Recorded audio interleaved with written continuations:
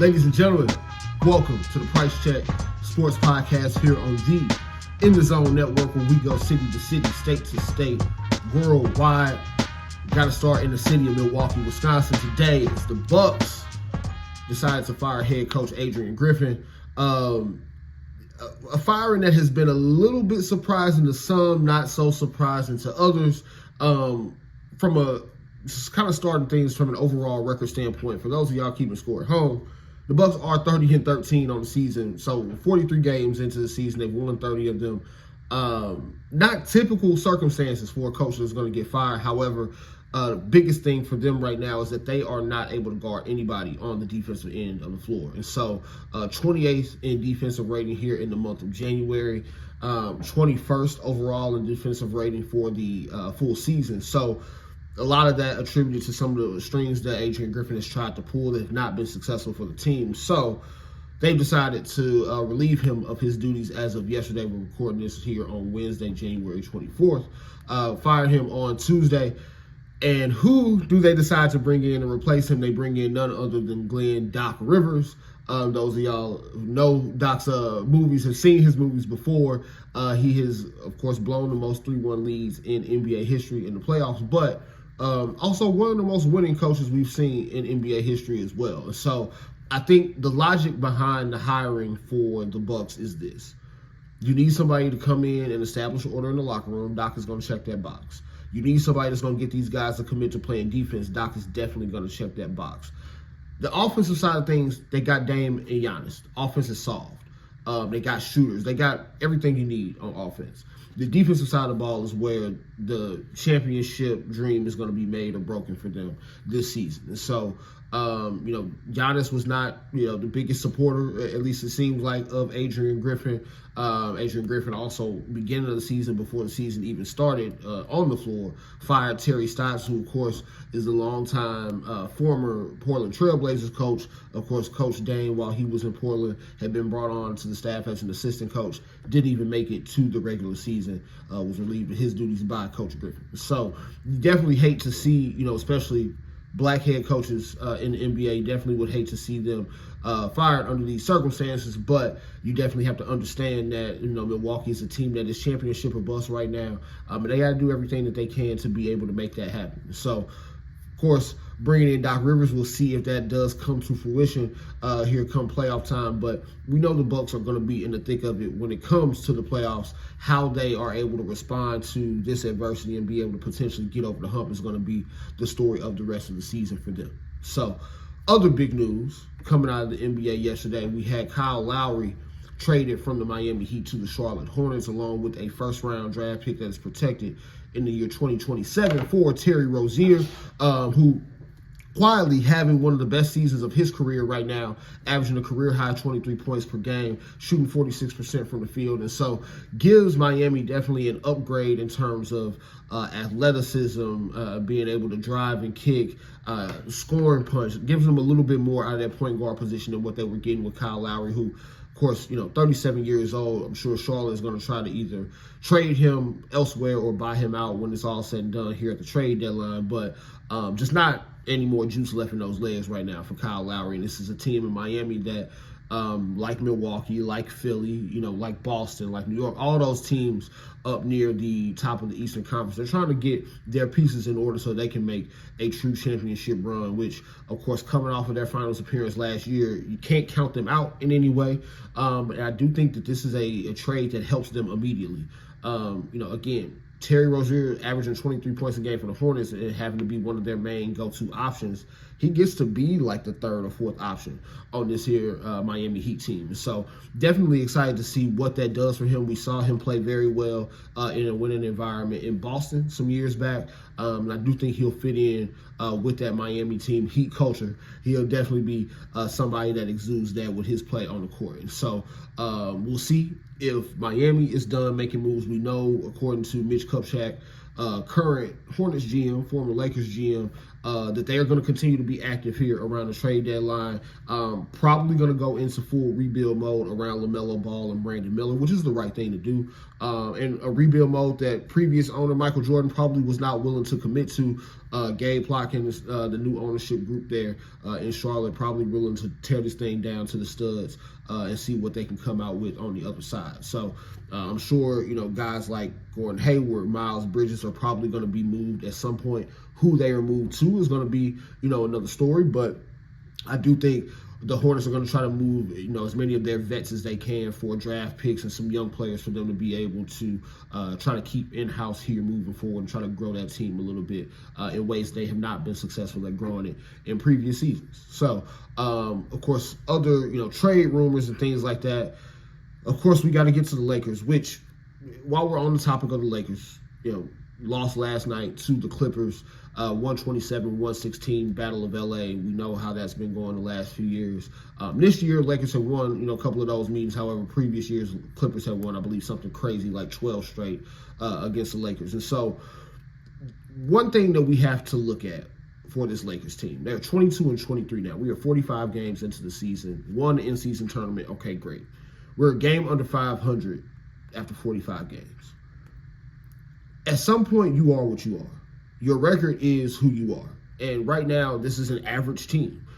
Even with, LeBron did miss the game last night. Of course, you're not going to have too many opportunities to win when he's not on the court. But he's been healthy all year for the most part. Anthony Davis has been healthy all year for the most part. And this team is still a game under 500.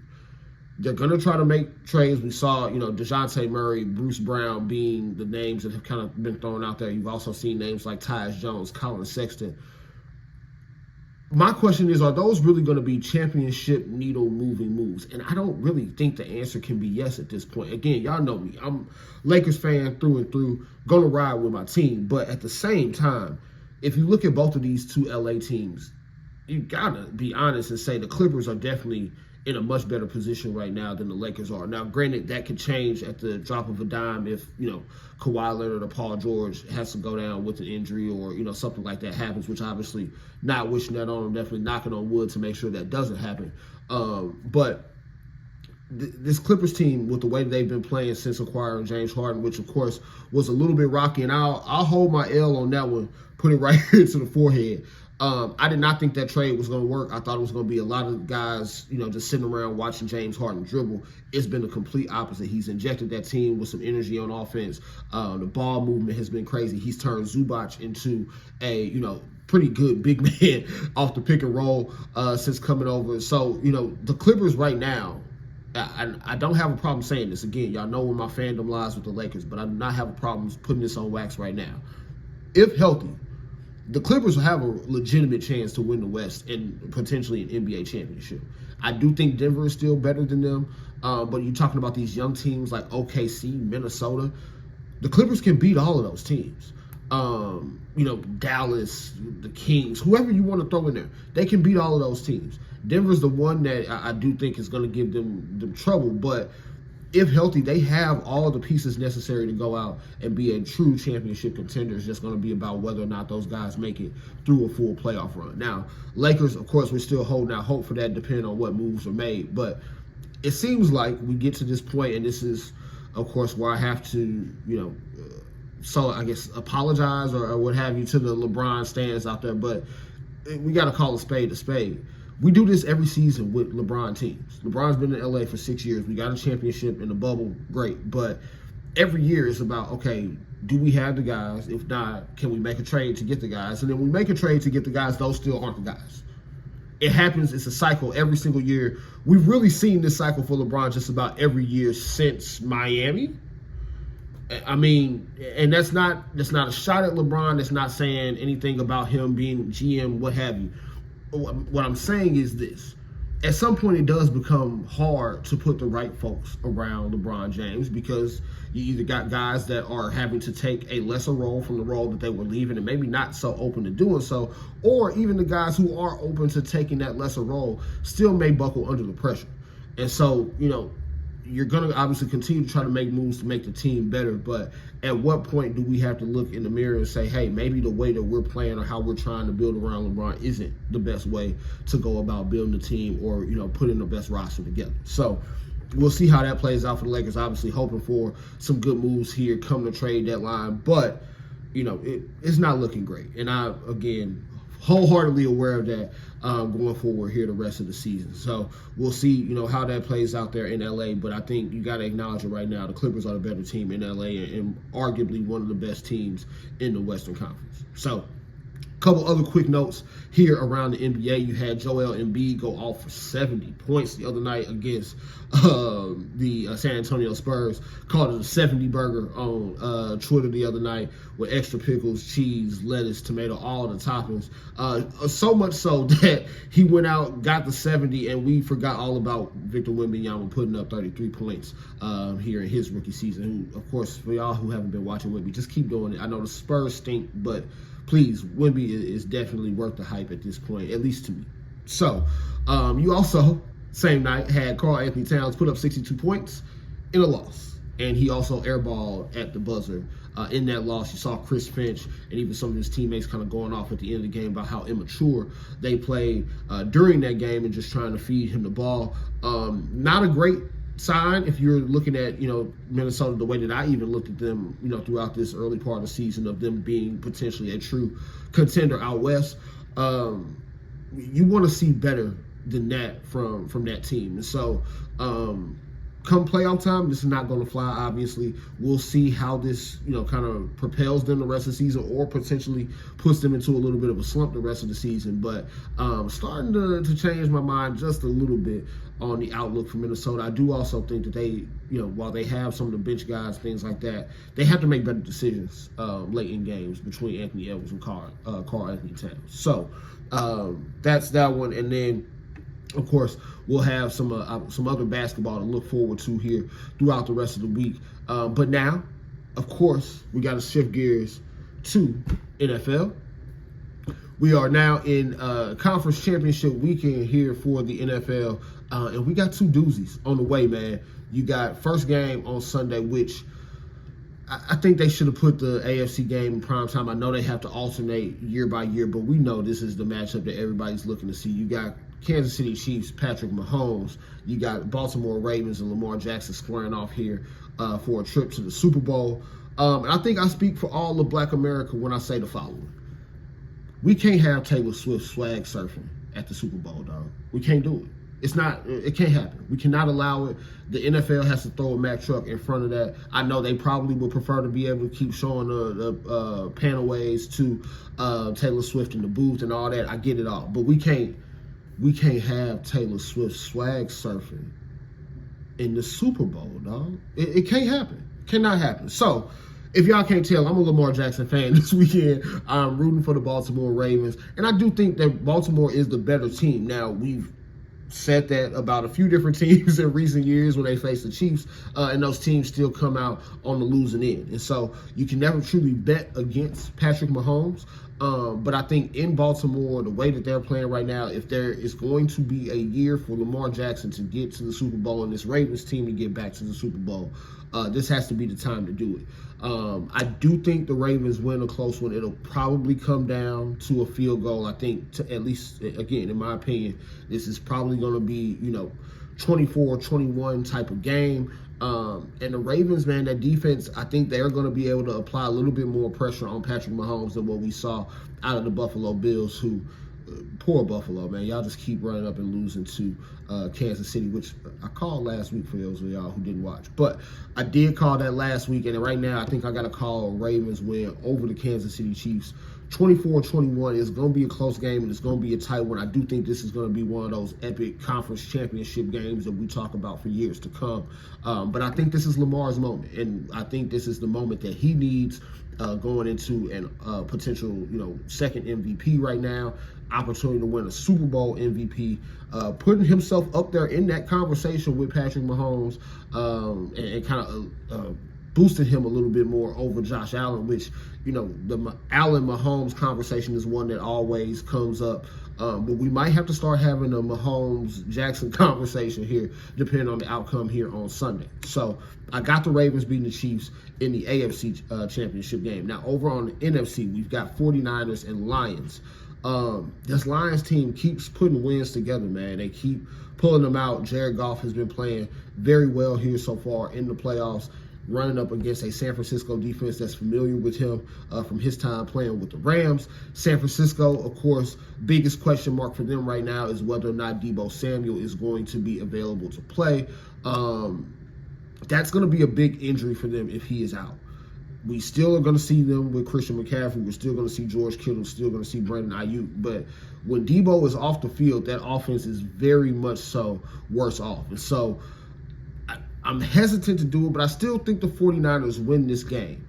The difference to me is going to be that this San Francisco defense is going to be night and day different from both the Tampa Bay and Los Angeles Rams defenses that Jared Goff has seen so far through the first two rounds or first two games that he's played in. And so San Francisco defense, I think, can turn it up a little bit more than what those other two teams have. Plus, you got that team in the Lions going on the road now versus having that home crowd behind them in Detroit. I do think this is where the Cinderella slipper falls off for them. It's been a great season for Detroit. I think this is a season that they're going to continue to build on. They're going to be a contender in the NFC for years to come. I just don't think they get over the hump this year and get to the Super Bowl. I do think this is a San Francisco win. Now, Brock Purdy can go out and make a fool of me on Sunday. He can go out and stink it up, and next thing you know, you got the Lions going to the Super Bowl here for the first time in God knows how long. But I do think San Francisco pulls this out. Probably, a lot of points scored in this one, maybe something like 31-21. I'll feel a lot better about that pick if Deebo is playing, but I think San Francisco, with or without Deebo, does find a way to win that game behind Christian McCaffrey and those other skilled players. So, if I'm right, we are looking at a San Francisco-Baltimore Super Bowl, which is a rematch from 2012, back when Joe Flacco and Colin Kaepernick faced off in New Orleans. And so we might have, Brock Purdy versus Lamar Jackson in that one. A game, of course, that we saw the Ravens win pretty easily towards the tail end of the regular season. Let's see if San Francisco shows up a little bit better if that rematch does come to fruition. So, other quick notes here in the NFL, we're starting to see that coaching carousel move just a little bit. Brian Callahan, offensive coordinator for the Cincinnati Bengals, has been hired as the new head coach for the Tennessee Titans. Not sure what to expect out of Brian Callahan as a head coach, but I think his stock definitely went up once Joe Burrow went down with his injury and they almost made the playoffs with Jake Browning. Got to give him his credit for that one. So as far as some of these other coaching moves, we're still seeing Atlanta going through their coaching candidates. We thought it might be Bill Belichick. Now it turns out it is not Belichick or bust for them.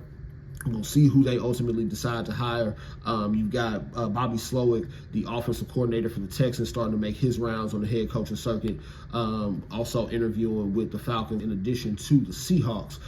So we'll see how some of these other coaching searches begin to play out. Eric Bieniemy, of course, getting his head coaching interview with the Washington Commanders as well. And so a lot of moving parts still to sort out here, but I imagine as we get into the preparation for the Super Bowl media week and all that, we'll start to see a few more of these names come off the board. So that'll do it today for the Price Check. Of course, we're doing this thing weekly right now. Every Wednesday, you'll see these on YouTube by 5 p.m. Central Standard Time.